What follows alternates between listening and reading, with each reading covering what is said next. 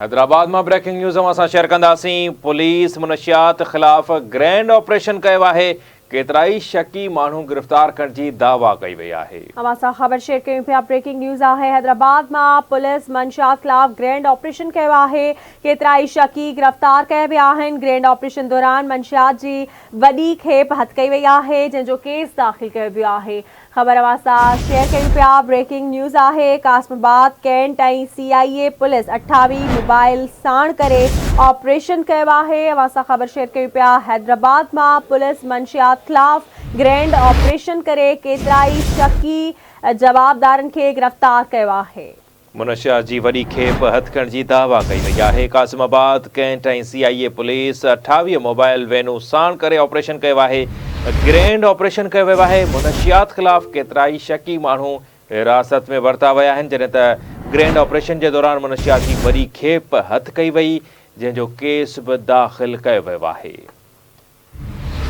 तफ़सील मालूम कंदासीं। हैदराबाद में नसीर चनाखा जी। नसीर, आगाही ॾिजो, कहिड़ा तफ़सील आहिनि?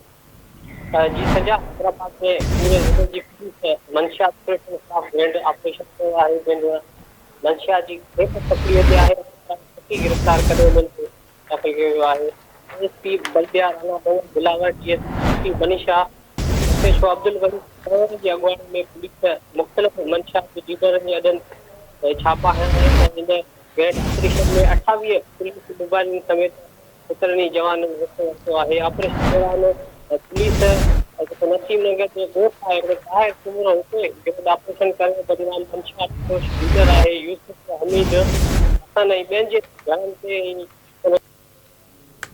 अच्छा नसीर, पाण ॿुधायूं पिया त मुनशियात जी वॾी खेप हथ आई आहे, उनमें अंग अखर या तइदाद को वधीक तफ़सील ॾिना आहिनि हैदराबाद पुलिस जेका आहे उन फ़िलहाल अंग अखर जेके आहिनि उहा न ॿुधाया आहिनि, ज़ाहिर न कया आहिनि। सिर्फ़ु इहो ॼाणायो वियो आहे त शकी जेके आहिनि उहे गिरफ़्तार कया विया आहिनि ऐं उन्हनि ते असां केस दाख़िल कयो वियो आहे। जी, वॾी महिरबानी नसीर।